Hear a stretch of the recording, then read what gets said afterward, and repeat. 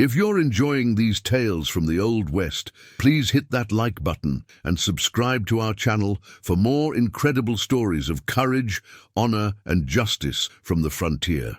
Your support helps us bring these forgotten legends to life. The morning sun cast long shadows across the dusty main street of Cedar Ridge when Martha Whitmore stepped out of the general store, her worn leather satchel filled with herbs and medicines. She had been the town's only midwife for nearly 8 years, delivering babies and tending to the sick with gentle hands and unwavering dedication. Her reputation stretched far beyond the small settlement, with families traveling days just to have her attend their births. Pastor Jeremiah Blackwood watched from the church steps as Martha made her way toward the saloon, where she had been summoned to tend to one of the working girls who had taken ill. His thin lips pressed into a disapproving line, and his dark eyes blazed with righteous indignation. For months, he had been building a case against Martha in his sermons, claiming that her healing practices were ungodly and that she consorted with sinners. The pastor had arrived in Cedar Ridge only 6 months prior, but he had quickly gained influence among the more conservative townsfolk. He preached fire and brimstone from his pulpit, condemning anyone who didn't conform to his strict interpretation of Christian morality. Martha's willingness to help everyone, regardless of their station in life, had made her a target of his wrath. As Martha approached the saloon, Pastor Blackwood stepped into the street and raised his voice for all to hear. Citizens began gathering, drawn by the commotion. The pastor's black coat billowed in the morning breeze as he pointed an accusatory finger at the midwife. His voice carried the authority of someone who believed himself to be God's chosen instrument of judgment in this frontier town. Martha stopped in her tracks, her weathered face flushing with embarrassment and anger. She had dedicated her life to helping others, learning her craft from her grandmother, who had been a healer back in Missouri. Every baby she had delivered, every life she had saved, every comfort she had provided to the dying had been an act of pure compassion. Yet here stood this man, condemning her before the entire town. The crowd grew larger as word spread quickly through Cedar Ridge. Shopkeepers left their stores, children stopped their games in the street, and women emerged from their homes to witness the confrontation.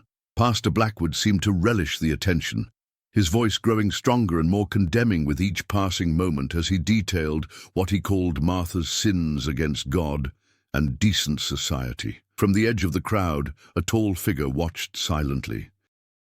Jake Morrison had been cutting timber in the mountains surrounding Cedar Ridge for the better part of 3 years. He was a solitary man, keeping mostly to himself and only coming to town when he needed supplies. His cabin sat miles away from civilization, surrounded by towering pines and the peaceful sounds of nature. He rarely involved himself in town affairs, preferring the company of trees to people. But Jake knew Martha Whitmore's reputation, and more importantly, he knew her character.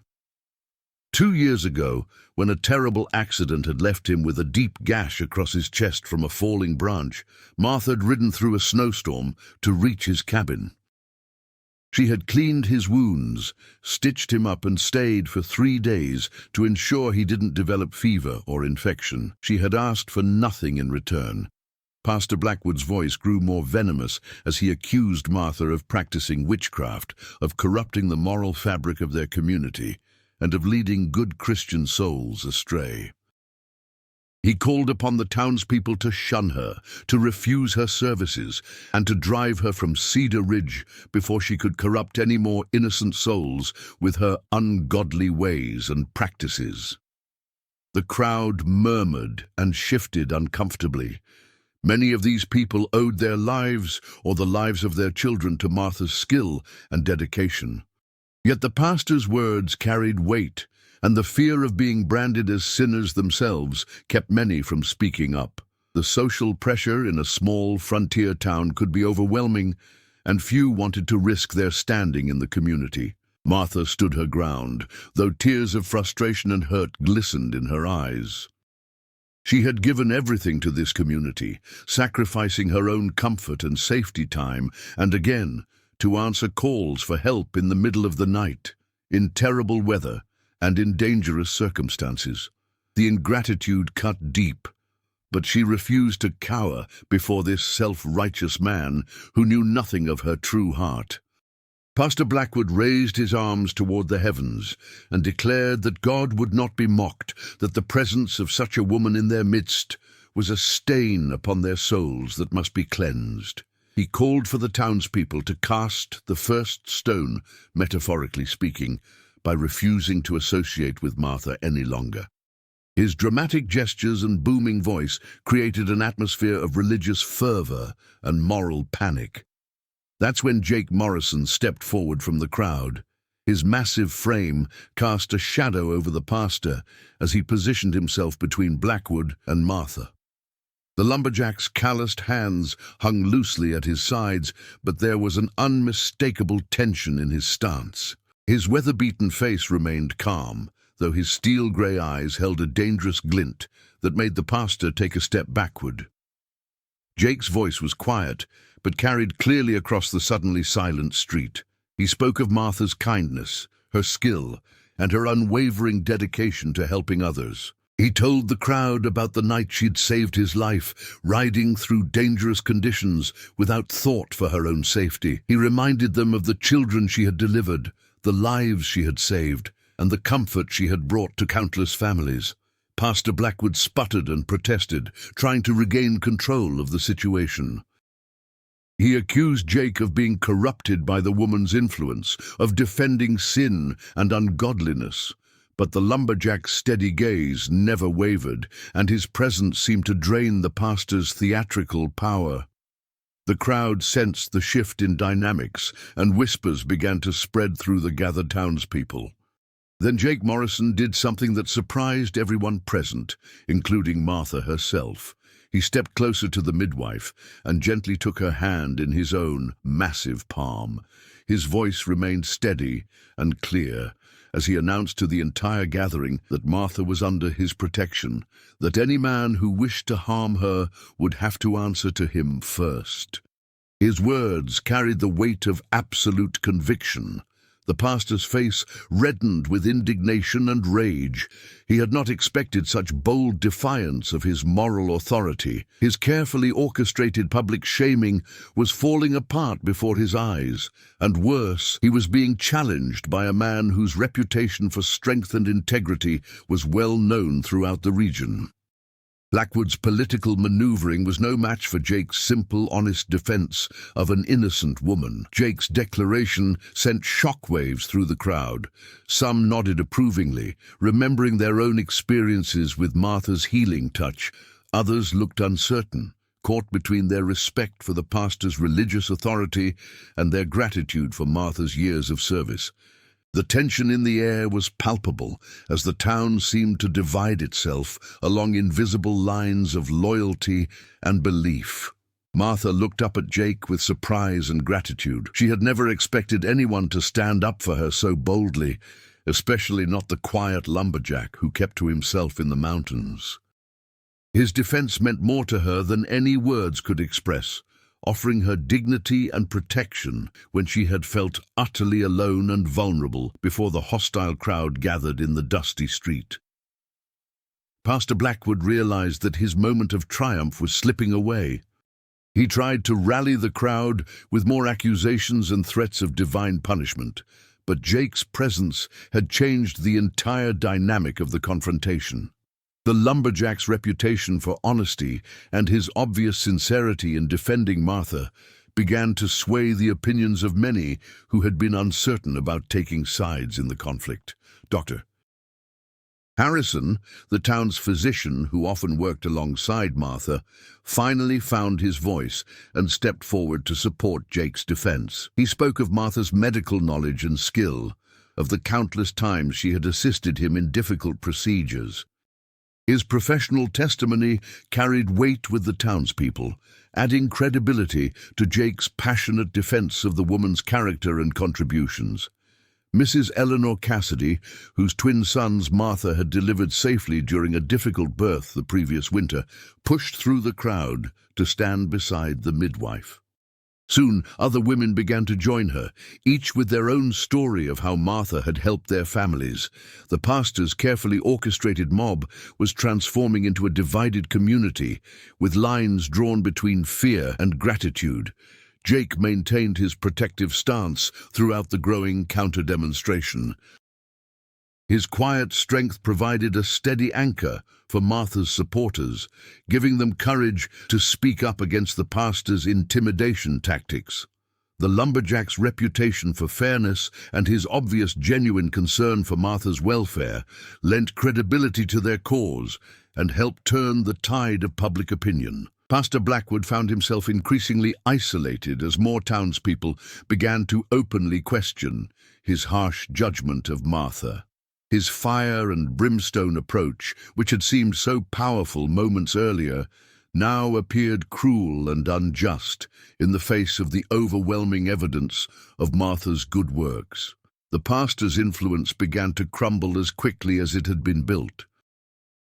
Sensing defeat, Pastor Blackwood made one final attempt to regain control. He pointed at Jake and Martha, declaring them both to be servants of darkness who would corrupt the entire community if allowed to remain. His voice cracked with desperate fury as he called down curses upon anyone who supported them.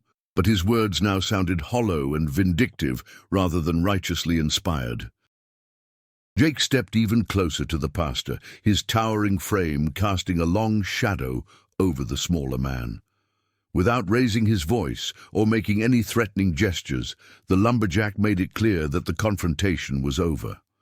Pastor Blackwood, faced with Jake's unwavering determination and the growing support for Martha from the crowd, finally retreated toward his church, muttering threats and promises of divine retribution. The crowd began to disperse, with many people approaching Martha to offer their support and apologize for not speaking up sooner. Jake remained by her side throughout these interactions, his protective presence ensuring that she felt safe and supported. The crisis had passed, but both knew that the pastor would not easily forget this public humiliation and defeat. As the street gradually returned to normal, Martha found herself alone with Jake for the first time since his dramatic intervention. She struggled to find words adequate to express her gratitude for his courage in defending her when she had felt most vulnerable and alone. His quiet strength and unwavering support had not only protected her from immediate harm, but had restored her standing in the community. Jake's explanation was simple and heartfelt. He told Martha that he couldn't stand by and watch an innocent woman be persecuted by a man who clearly knew nothing about her true character or the good she had done for the community. His defense of her had been motivated not by any romantic feelings, but by a basic sense of justice and decency that wouldn't allow him to remain silent. However, as they talked, something deeper began to develop between them. Martha saw past Jake's rough exterior to the gentle, caring man beneath, while Jake recognized in Martha a kindness and strength that matched his own values. What had begun as a simple defense of justice slowly transformed into something more personal and meaningful for both of them. Over the following weeks, Jake found excuses to visit town more frequently. He would stop by Martha's small clinic to check on her welfare, always maintaining a respectful distance while ensuring that Pastor Blackwood's supporters weren't causing her any further trouble. Their conversations gradually grew longer and more personal as they discovered common ground in their shared values and experiences. Martha, for her part, began to look forward to Jake's visits with an anticipation that surprised her.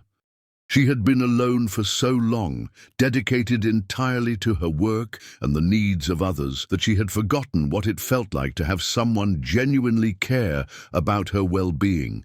Jake's quiet presence brought a sense of peace and security she hadn't realized she was missing in her life. Pastor Blackwood, meanwhile, had not given up his campaign against Martha, though he had learned to be more subtle in his approach. He worked behind the scenes to turn influential community members against her, spreading rumors and casting doubt on her methods. His wounded pride from the public confrontation with Jake only intensified his determination to drive Martha from Cedar Ridge by any means necessary. The pastor's continued persecution created an atmosphere of tension that affected the entire community. Some families, intimidated by his threats of spiritual consequences, began to refuse Martha's services despite their previous reliance on her skills. This placed additional strain on Dr. Harrison, who couldn't handle all the medical needs of the growing settlement without Martha's experienced assistance. Jake became increasingly concerned about the ongoing harassment Martha faced. He began spending more time in town, taking rooms at the boarding house so he could be nearby if she needed protection. His presence served as a deterrent to the more aggressive of the pastor's supporters, but it also meant he was away from his timber cutting, which was his primary source of income. One evening, as autumn painted the mountains in brilliant colors, Jake made a decision that would change both their lives forever. He approached Martha's clinic just as she was finishing her rounds for the day. The setting sun cast a warm glow over the small building where she had dedicated so many years to healing and helping others. His heart pounded as he prepared to make his proposal. Jake's suggestion was both practical and profound. He proposed that Martha marry him, not just for love, though he was beginning to realize that was growing between them, but for protection. As his wife, she would have the security of his name and his reputation, making it much more difficult for Pastor Blackwood to continue his persecution. The legal and social protections of marriage would shield her from many of the pastor's tactics. Martha was initially shocked by the proposal, though she quickly realized the wisdom in Jake's reasoning. She had grown to care deeply for the gentle giant who had defended her so courageously, and she couldn't deny that the idea of sharing her life with someone who truly understood and valued her work held great appeal. The prospect of no longer facing the world's challenges entirely alone was deeply comforting. After a night of careful consideration, Martha accepted Jake's proposal. Their engagement was announced quietly, without fanfare, but word spread quickly through Cedar Ridge. The news was met with joy by Martha's supporters and fury by Pastor Blackwood, who saw the marriage as a direct challenge to his authority and a permanent obstacle to his plans for driving her from the community. The wedding took place on a crisp October morning in the small chapel that served the community before Pastor Blackwood's arrival. Dr. Harrison performed the ceremony, as he was licensed to do so, deliberately avoiding any involvement from the hostile pastor. The guest list included all of Martha's supporters and many of the families whose children she had delivered or whose loved ones she had healed. Jake had spent weeks preparing his mountain cabin for Martha's arrival. He expanded the small structure, adding a room that could serve as a medical clinic for emergencies and a proper kitchen where Martha could prepare her herbal remedies. The cabin, surrounded by towering pines and overlooking a crystal-clear stream, would provide Martha with both security and a base for continuing her work. Pastor Blackwood made one final attempt to disrupt their happiness by spreading rumors about the legitimacy of their marriage and questioning Dr. Harrison's authority to perform the ceremony. However, his influence had been so damaged by the earlier confrontation that few people paid attention to his desperate accusations. The community had largely turned away from his divisive message in favor of supporting the couple. As winter approached, Jake and Martha settled into their new life together in the mountain cabin. Martha continued to serve the community as a midwife and healer, though she now had the security of Jake's protection and support. Jake returned to his timber cutting, though he remained ready to defend his wife if Pastor Blackwood or his supporters caused any further trouble. Their marriage, which had begun as a practical arrangement for protection, gradually deepened into genuine love and partnership. Jake's quiet strength, complemented Martha's compassionate nature perfectly, and they found in each other the companionship and understanding they had both been seeking without knowing it. Their cabin became a refuge not just for them, but for anyone in the community who needed medical attention. Pastor Blackwood eventually left Cedar Ridge, his influence completely destroyed by his failed campaign against Martha and his public humiliation by Jake. A new minister arrived the following spring, one who focused on compassion and community rather than judgment and condemnation. The healing of the town's spiritual wounds began almost immediately under more enlightened religious leadership. Years passed, and Jake and Martha's reputation as a devoted couple spread throughout the region. Their story became legend, told around campfires and in frontier towns as an example of how love and courage could triumph over hatred and prejudice. Martha continued her work as a healer, now supported by a loving husband, while Jake's timber business prospered with Martha's help in managing the practical aspects. The cabin in the mountains became a symbol of hope for the entire community. Travelers knew they could find help there if needed, and Martha's skills were called upon from settlements dozens of miles away. Jake would often accompany her on difficult journeys, providing protection and assistance as they traveled together to help those in need throughout the rugged frontier territory. Their love story proved that sometimes the greatest acts of courage come not from drawing guns or fighting battles, but from standing up for what's right and protecting those who cannot protect themselves. Jake's defense of Martha had not only saved her from persecution, but had brought them both a happiness neither had dared to imagine possible in their previously solitary lives. The Old West was a place where justice often came from the courage of individuals willing to stand up for what was right, even when it meant facing down powerful opponents. Jake Morrison's defense of Martha Whitmore reminds us that sometimes the strongest weapon against hatred and prejudice is simply the willingness of good people to refuse to remain silent in the face of injustice and cruelty. What do you think about Jake's decision to protect Martha by claiming her as his wife? Was it just a practical solution, or do you believe there was something deeper driving his actions from the very beginning? Share your thoughts in the comments below about whether you think their love was destined from that first moment of his courageous defense.